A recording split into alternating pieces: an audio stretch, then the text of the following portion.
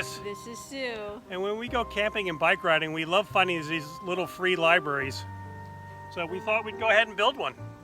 There are a ton of neat designs, but we wanted ours to look like a Greek Revival house because our little village has a lot of Greek Revival architecture. Let me show you how we made ours. The first thing we did was to look for a good location for it. The church up the street has a pavilion and a closed drop-off box, so we asked them if we could put it in their parking lot. I had some old 6x6 ground-treated lumber that I dug down 4 feet with my grandfather's old post hole digger. And then I just put some braces across on both sides. And then there on top of that is a 36-inch, 12-inch wide pressure-treated board. The structure is built out of 2x3 pine boards, which are actually 1.5 by 2.5 inches. I used a Kreg clamping jig to do pocket holes.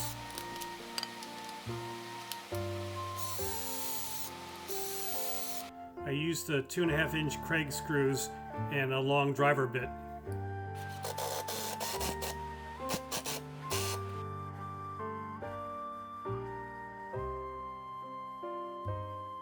I used a single sheet of 4x8 T11 siding to make the front, the back, and the 2 sides, plus a little triangle on front. I used a Kreg circular saw track to make nice clean cuts in the big plywood sheet. I then used my Ryobi jigsaw to cut out the door openings.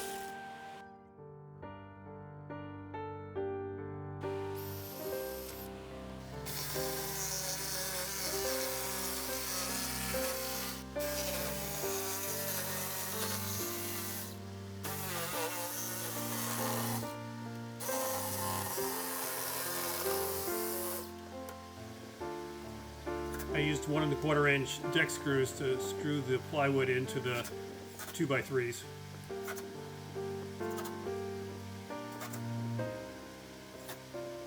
I used thicker 3/4-inch birch plywood to make the doors because I wanted to use these hidden self-closing hinges. Using the track and a circular saw is so much easier than trying to lift these big pieces onto the table saw. I put a new 60-tooth blade in my circular saw to make nice clean cuts.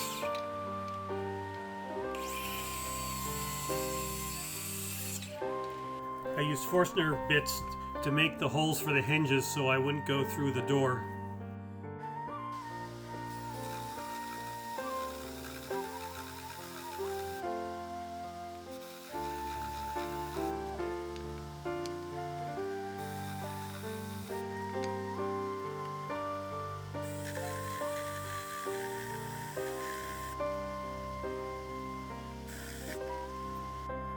Before I cut the windows out, I wanted to make sure the doors actually worked correctly, so I mounted them and checked that the soft close worked.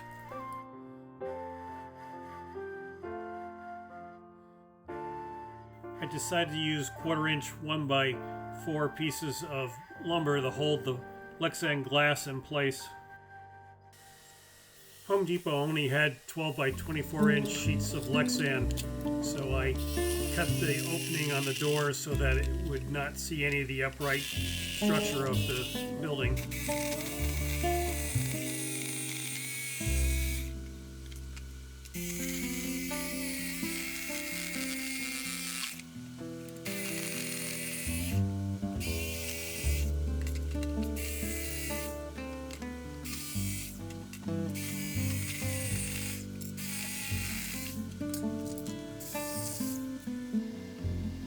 I drilled holes through the wood in Lexan so I wouldn't crack the Lexan when I put the mounting screws in.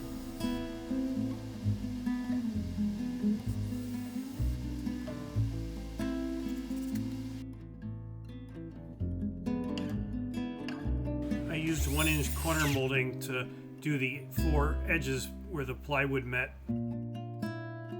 I just used a pine board to make a shelf. I wanted to make a triangle for the front gable of it so it looked Greek Revival, so I just used a piece of the scrap T11.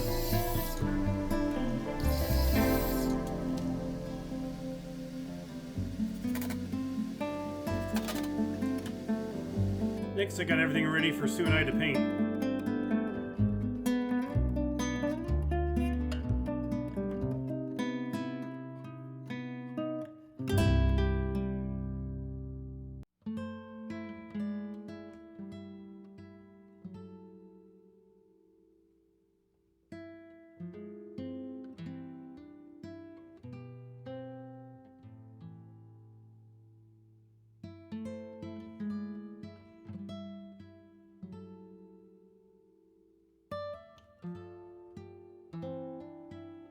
Next, I got started on the roof by cutting the drip edge to go around all the sides.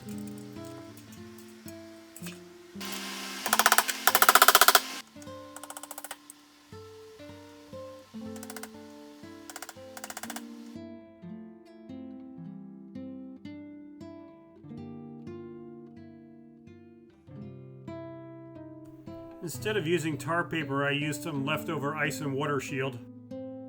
For the roof, I used some leftover pieces of architectural shingles that I cut to size.